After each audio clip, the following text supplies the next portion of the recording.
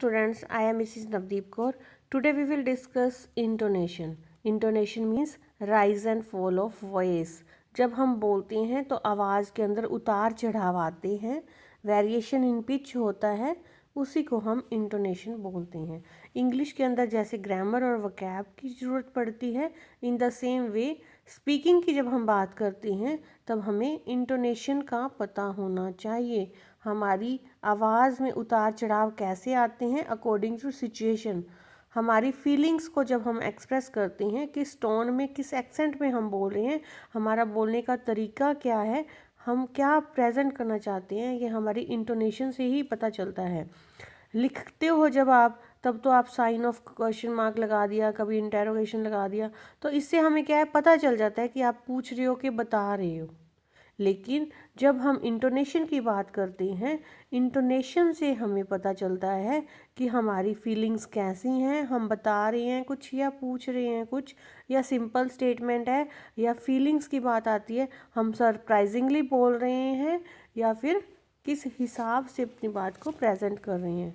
Pitch हमारी कभी down जाती है, कभी अप जाती है, तो वॉइस के अंदर अप्स एंड डाउन्स आते रहते हैं।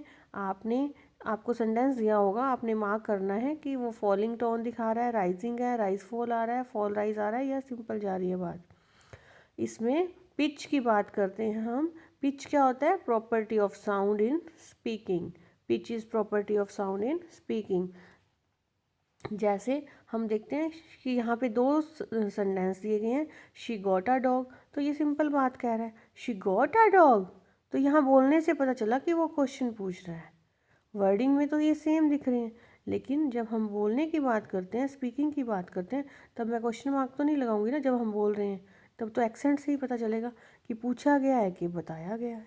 यानी यहाँ पे दो सेंटेंस हैं, उनके वर्ड सेम है, मीनिंग के अंदर हमें चेंज मिल रहा है। Means she got a dog, complete sense आ रही है इसके अंदर, तो हमारी जो टोन है वो डाउन जा रही है। अगर हम क्वेश्चन पूछ रहे हैं तो हमारी यहाँ पे पिच क्या है?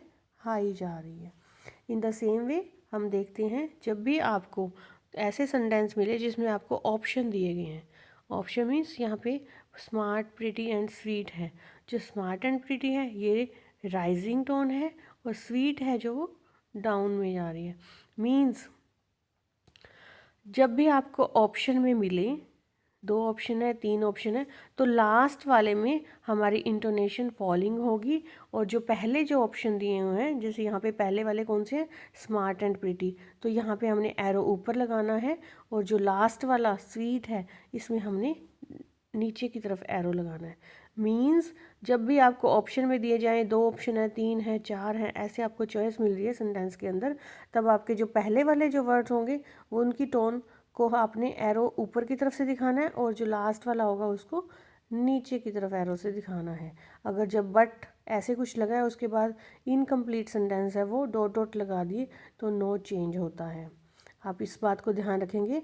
इसके अंदर राइज और फॉल हो रहा है, पहले में राइज हो रहा है, स्वीट में डाउनफॉल जा रही है आवाज़, स्मार्ट और पीटी में अपवर्ड जा रही है। इन बातों का याद रखना है।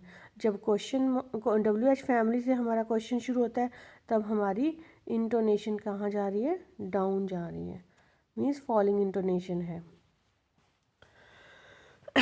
जब हेल्पिंग वर्ब से हमारा कोई सेंटेंस शुरू होता है, यानी है तो ये भी क्वेश्चन वाले सेंटेंसेस, लेकिन जब हेल्पिंग वर्ब से क्वेश्चन शुरू होता है, येस नो टाइप क्वेश्चन है, तब आपकी जो इंटोनेशन है वो मार्क आपका अप जाएगा। इंटोनेशन क्या होगी? अपवर्ड हो रही है, हमारी एरो का साइन जो है ऊपर जाएगा अगर हमारा येस नो वाला क्वेश्चन है। देखिए एग्जांपल, इसमें राइज हो रही है हमारी एक्सेंट, इंटोनेशन राइज हो रही है, गो अप, तो एरो कहाँ जाएगा? अप जाएगा। WH में एरो की साइन नीचे आएगा, मीन्स इंटोनेशन फॉलिंग हो रही है। WH में फॉलिंग हो रही है और इंटेरोगेटिव येस नो में अप जा रही है। ये आपने ध्यान रखना है। WH वाले वर्ड से अगर क्वेश्चन शुरू हो रहा है और वो क्वेश्चन मार्क है उसमें, तब आपने इंटोनेशन का साइन ऊपर की तरफ लगाना है। अब बारी आती है मेन क्लॉज की और सबॉर्डिनेट क्लॉज की। जब हमारे पास मेन क्लॉज है तब हमारी इंटोनेशन फॉलिंग होगी, सबॉर्डिनेट क्लॉज में इंटोनेशन राइज होगी। देखिए सबॉर्डिनेट क्लॉज और मेन क्लॉज क्या होती है। मेन क्लॉज जिसके अंदर सेंटेंस कंप्लीट है, सबॉर्डिनेट क्लॉज मीन्स वो डिपेंडेंट क्लॉज है।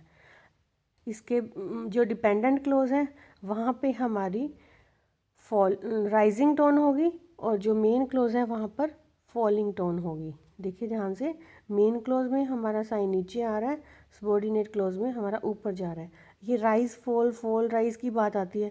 अगर आपको मेन क्लॉज पहले दी हुई है तब आप एरो नीचे की तरफ लगाएंगे, सबॉर्डिनेट क्लॉज बाद में आ रही है सेंटेंस में तब आप ये लगाएंगे। लेकिन कई बार क्या हो जाता है कि सबॉर्डिनेट क्लॉज स्टार्टिंग में दे दी जाती है और मेन क्लॉज बाद में दे दी जाती है, तो आपने पहले जज करना है मेन क्लॉज कौन सी है, सबॉर्डिनेट क्लॉज कौन सी है।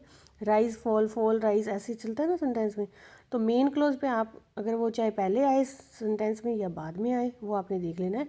जहाँ पे भी मेन क्लॉज है आपका एरो नीचे की साइड आएगा और सबॉर्डिनेट क्लॉज है तो एरो ऊपर की साइड, मीन्स इंटोनेशन राइजिंग और फॉल का आपने ध्यान रखना है। अब आप इस टेबल से बहुत अच्छे से याद रख सकते हो।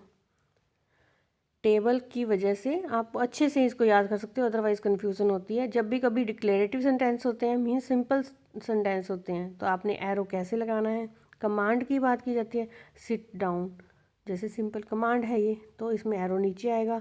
एक्सप्लेनेटरी सेंटेंसेस हैं, what a beautiful girl, what is wonderful flower या गर्ल जो भी है, मीन्स साइन ऑफ एक्सप्लेनेशन पीछे आ रहा है आपका तो आपने एरो आपका नीचे की तरफ आएगा।